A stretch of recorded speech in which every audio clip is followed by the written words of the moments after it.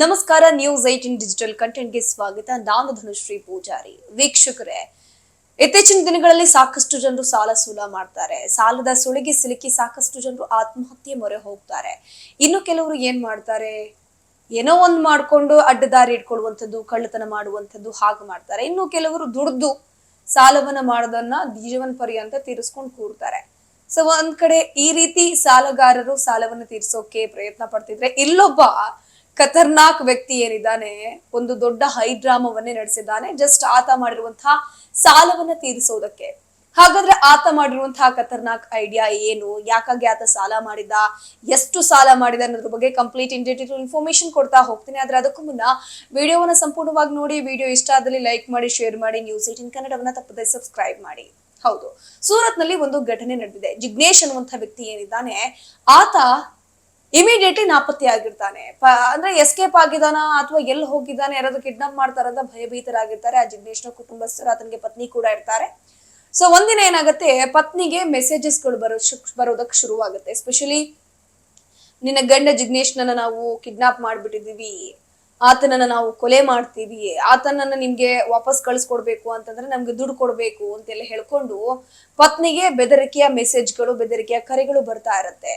So starting ಏನ್ ಮಾಡ್ತಾಳೆ, ಪತ್ನಿ ಭಯಭೀತರಾಗ್ತಾಳೆ. ಹೌದು, ಬಟ್ ಒಂದ್ ಕಡೆ ಇರಬಹುದೋ ಇಲ್ವೋ ಅಥವಾ ಡೌಟ್ ಅಲ್ಲಿ ಇರ್ತಾರೆ. ಸೊ ಹಾಗಾಗಿ ಏನ್ ಮಾಡ್ತಾಳೆ, ಒಂದಿನ ಕಾದ್ ನೋಡೋಣ ಅಂತ ಇರ್ತಾಳೆ. ಬಟ್ ಒಂದಿನ ಆದ್ಮೇಲೆ ಮತ್ತೆ ಏನಾಗುತ್ತೆ, ಆಕೆಯ ಫೋನ್ಗೆ ವಾಟ್ಸ್ಆಪ್ ವಿಡಿಯೋ ಬರುತ್ತೆ. ಆ ವಿಡಿಯೋ ನೋಡಿ ಅವಳು ನಿಜವಾಗ್ಲೂ ಬೆಚ್ಚಿ ಬೀಳಿರ್ತಾಳೆ. ಯಾಕಂದ್ರೆ ಅದ್ರಲ್ಲಿ ಆಕೆಯ ಪತಿ ಜಿಗ್ನೇಶ್ ಏರಿದ್ದಾನೆ, ಕೈ ಕಾಲು ಕಟ್ಟಿದ ರೀತಿಯಲ್ಲಿ, ಬಾಯಿಯೊಳಗೆ ಬಟ್ಟೆ ತುರುಕಿ ಬಹಳ ಕ್ರೂರವಾಗಿ ಆತನನ್ನ ಟ್ರೀಟ್ ಮಾಡಿದಂತಹ ರೀತಿಯಲ್ಲಿ ಇರುವಂತಹ ಒಂದು ವಿಡಿಯೋ ಆಕೆಯ ಫೋನಿಗೆ ಬರುತ್ತೆ. ಆ ವಿಡಿಯೋ ನೋಡ್ತಾಳೆ. ವಿಡಿಯೋ ನೋಡಿ, ಅಯ್ಯೋ ನನ್ ಗಂಡ ಕಿಡ್ನಾಪ್ ಆಗಿರುವಂತದ್ದು ನಿಜ, ಆತನನ್ನ ಯಾವ ರೀತಿ ಆದ್ರೂ ಬದುಕೊಳಿಸ್ಬೇಕು ಅಂತ ಹೇಳ್ಕೊಂಡು ಆಕೆ ಏನ್ ಮಾಡ್ತಾಳೆ, ಏನಾಗ್ಬೇಕು ನಿನಗ್ ಹೇಳು, ಯಾಕ ಕಿಡ್ನಾಪ್ ಮಾಡ್ತೀಯ ನನ್ ಗಂಡನ್ನ, ದಯವಿಟ್ಟು ನನ್ ಗಂಡನ್ನ ವಾಪಸ್ ನನ್ನ ಜೊತೆ ಕಳ್ಸ್ಕೊಡು ಅಂತ ಹೇಳ್ಕೊಂಡು ಮನವಿಯನ್ನ ಮಾಡ್ಕೊಳ್ತಾಳೆ. ಆ ಸಂದರ್ಭದಲ್ಲಿ ಕಿಡ್ನಾಪರ್ ಏನ್ ಮಾಡ್ತಾನೆ, ದುಡ್ಡಿಗೆ ಡಿಮ್ಯಾಂಡ್ ಇಡ್ತಾನೆ.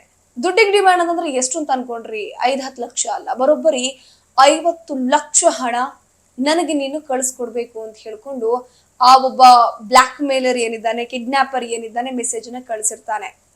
ಸೊ ಏನ್ ಮಾಡೋದು, ಪತ್ನಿ ಏನ್ ಮಾಡ್ತಾಳೆ, ಗಂಡ ಇಂಪಾರ್ಟೆಂಟ್ ಆಗಿರ್ತಾನೆ, ಹೇಗಾದ್ರೂ ಮಾಡಿ ಆತನನ್ನ ಉಳಿಸ್ಬೇಕು, ನನ್ನ ತಾಯಿ ಮನೆಯವರಿಗೆಲ್ಲ ಕಾಲ್ ಮಾಡ್ಬಿಟ್ಟು, ಅತ್ತೆ ಮಾವಂಗೆ ಕಾಲ್ ಮಾಡ್ಬಿಟ್ಟು ದುಡ್ಡನ್ನ ಹೊಂದಿಸಿ ಹೇಗಾದ್ರೂ ಮಾಡಿ ನನ್ನ ಗಂಡನ ವಾಪಸ್ ಕರ್ಕೊಂಡ್ ಬರ್ಬೇಕು ಅಂತ ಹೇಳಿರ್ತಾನೆ. ಈ ಘಟನೆ ಆಗಿರುವಂತದ್ದು ಸೂರತ್ ನಲ್ಲಿ.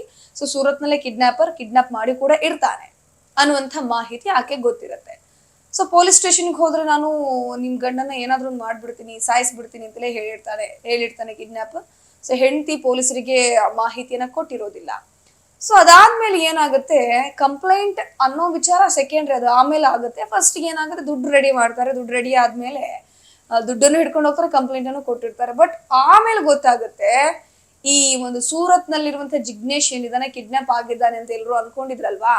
ಬಟ್ ಇಲ್ಲಿ ಆತರನೇ ಸ್ವಯಂ ಕಿಡ್ನಾಪ್ ಮಾಡಿರುವಂತದ್ದು. ನಿಮ್ಗೆ ಈಸಿಲಿ ಹೇಳೋದಂದ್ರೆ, ಆತ ತಪ್ಪು ಮಾಡಿದಾನೆ, ಆ ತಪ್ಪಿನಿಂದ ಹೊರಗಡೆ ಬರ್ಬೇಕು ಅಂತ ಹೇಳ್ಕೊಂಡು ಮತ್ತೊಂದು ತಪ್ಪು ಮಾಡಿರೋದು. ಅಂದ್ರೆ ಒಂದ್ ಕಡೆ ಷೇರು ಮಾರುಕಟ್ಟೆಯಲ್ಲಿ ಲಕ್ಷಗಟ್ಟಲೆ ಸಾಲ ಮಾಡ್ಕೊಂಡು ಇನ್ವೆಸ್ಟ್ ಮಾಡಿದಂತೆ, ಅದು ಬರೋಬ್ಬರಿ 50ಕ್ಕೂ ಹೆಚ್ಚು ಲಕ್ಷ. ಸೊ ಲಾಸ್ ಆಗಿದೆ. ಸೊ ಲಾಸ್ ಆಗಿದ್ದನ್ನ ಇಲ್ಲಿ ಸಾಲ ಮಾಡ್ಕೊಂಡು ನಾನು ಈ ಶೇರ್ ಮಾರ್ಕೆಟ್ಗೆ ಹಾಕಿದೀನಿ, ಸೊ ಲಾಸ್ ಅದನ್ನ ಕವರ್ ಮಾಡ್ಬೇಕಲ್ವಾ. ಆ ನಿಟ್ಟಿನಲ್ಲಿ ಈತ ಏನ್ ಮಾಡಿದಾನೆ, ನನ್ನ ಯಾರೋ ಕಿಡ್ನಾಪ್ ಮಾಡಿದಾನೆ ಅಂತ ಹೇಳ್ಕೊಂಡು ಆತನ ವಿಡಿಯೋವನ್ನೇ, ಆತನೇ ಕೈ ಕಾಲನ್ನ ಕಟ್ಕೊಂಡು ಬಾಯಿಗೆ ಬಟ್ಟೆ ಹಾಕೊಂಡು ಆತನೇ ತನ್ನ ಸೆಲ್ಫ್ ವಿಡಿಯೋವನ್ನ ಮಾಡ್ಕೊಂಡು ಅದನ್ನ ಹೆಂಡತಿ ಕಳಿಸ್ಬಿಟ್ಟು ನಂಗೆ ದುಡ್ಡು ಬೇಕು ಅಂತ ಹೇಳ್ಕೊಂಡು ಡಿಮ್ಯಾಂಡ್ ಮಾಡಿರೋದು. ಈ ವಿಚಾರ ತನಿಖೆ ನಂತರ ಗೊತ್ತಾಗಿದೆ. ಸೊ ಕಿಡ್ನಾಪ್ ಆಗುವಂತ ಡ್ಯೂರೇಷನ್ ಅಲ್ಲಿ ಆತ ಎಲ್ಲಿ ಹೋಗಿದ್ದ, ಪಾಪ ದುಡ್ಡು ಇರ್ಲಿಲ್ಲ, ಸಾಲ ಸುಲ ಮಾಡ್ಕೊಂಡಿದ್ದ, ಭಯಭೀತನಾಗಿದ್ದ, ಎಲ್ಲಿ ಹೋಗಿದ್ದ, ರಸ್ತೆ ಅಕ್ಕಪಕ್ಕ ಎಲ್ಲರೂ ಮಲ್ಕೊಂಡಿದ್ದ ಅಂತ ನೀವ್ ಅನ್ಕೋಬಹುದು. ಬಟ್ ಅದ್ ಹಂಗಲ್ಲ.